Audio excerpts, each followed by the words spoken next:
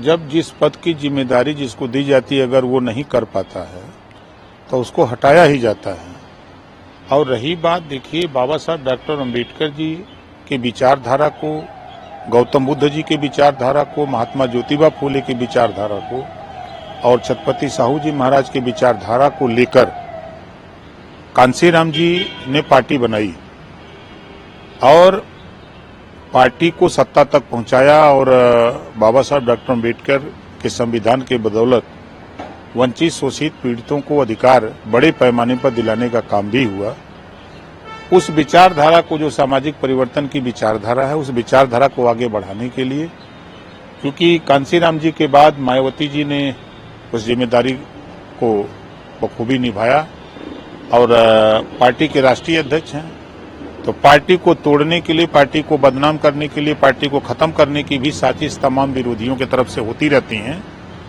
तो कई बार ऐसी घटनाएं भी बसपा को तोड़ने की हुई, लेकिन उसको बखूबी मायावती जी ने हैंडल किया और उससे पार्टी को बचाया और पार्टी की छवि को भी बचाने का काम किया। तो उसी कड़ी में कोई भी व्यक्ति को अगर जिम्मेदारी दी जा रही, वो जिम्मेदारी का निर्वहन नहीं करेगा तो स्वाभाविक है कि उसको उस पद से हटा दिया जाएगा। अगर ज्यादा हटने के बाद ऐठन करेगा तो पार्टी से निकाल दिया जाएगा। ये तो नियम है। तो मायावती जी ने तो अच्छा किया है, ऐसे लोगों की यही दवाई।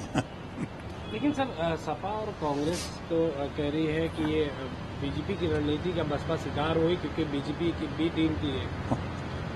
और कांग्रेस शुरू से परिवारवाद में है, वो किसकी शिकार है? बीजेपी की शिकार है ना।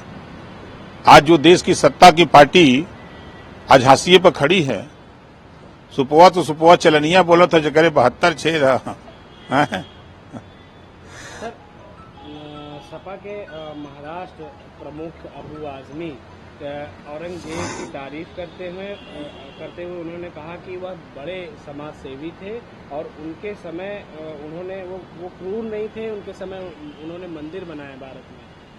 भारत उस समय एक सोने की चिड़िया का देश माना जाता था औरंगजेब, वो कहते हैं। तो उनके राज में जिंदा थे कहा? ये बिना वजह कोई काम नहीं है। मुसलमानों को बेहतर शिक्षा कैसे मिले, रोजगार कैसे मिले, नौकरी कैसे मिले, अमन चैन कैसे हो, इस पे चिंता नहीं है उनको। खाली चिंता है कि औरंगजेब के जमाने में क्या होता था, आपके जमाने में क्या हुआ।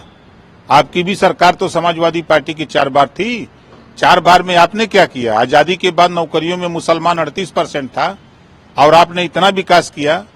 अबू आजमी जी ने, उनकी पार्टी ने इतना विकास किया कि आज 1% भी नहीं रह गया है। ये नहीं दिखाई दे रहा है? इसके जिम्मेदार कौन है? हम लोग जिम्मेदार हैं। वो मुसलमानों के लीडर बनते हैं अपने को। क्या अपने लीडर से कहे कि हमारा हिस्सा क्यों लूटा जा रहा है, हमको हिस्सा क्यों नहीं दे रहे हो? कभी बोलने की हिम्मत है उनको? ये दिन बोलेंगे तो पार्टी से निकाल देंगे साहब।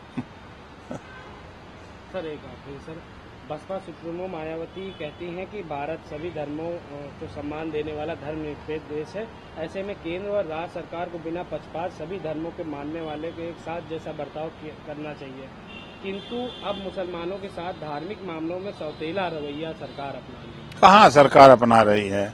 अभी तो रमजान शुरू हुआ है, प्रधानमंत्री जी ने रमजान की बधाई दी है पूरे देशवासियों को।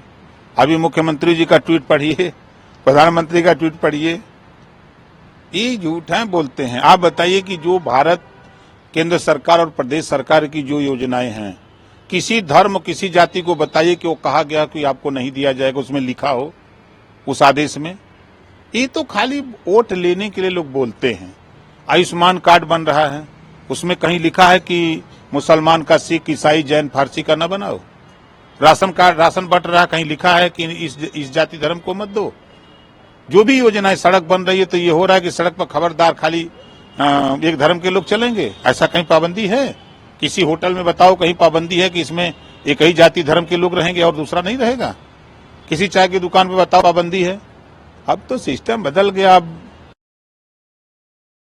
कि स्पेशल होटल में वेज चाहिए कि नॉन वेज, वहां जाति धर्म नहीं पूछा जाता है, वहां वेज और नॉन वेज पूछा जाता है।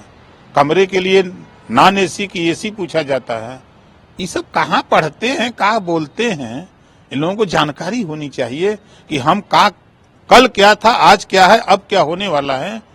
आगे इन लोगों को बेहतर शिक्षा, लड़ाई लड़नी है तो एक देश एक समान शिक्षा की लड़ाई लड़ो और स्नातकोत्तर तक मुफ्त शिक्षा दिलाने के लिए देश के 140 करोड़ आबादी के लिए लड़ो। ये लड़ाई लड़ो, रोजगार के लिए लड़ो, स्वास्थ्य बेहतर निःशुल्क स्वास्थ्य के लिए लड़ो। ये सब खाली पे बेमतलब का चिल्लाते हैं।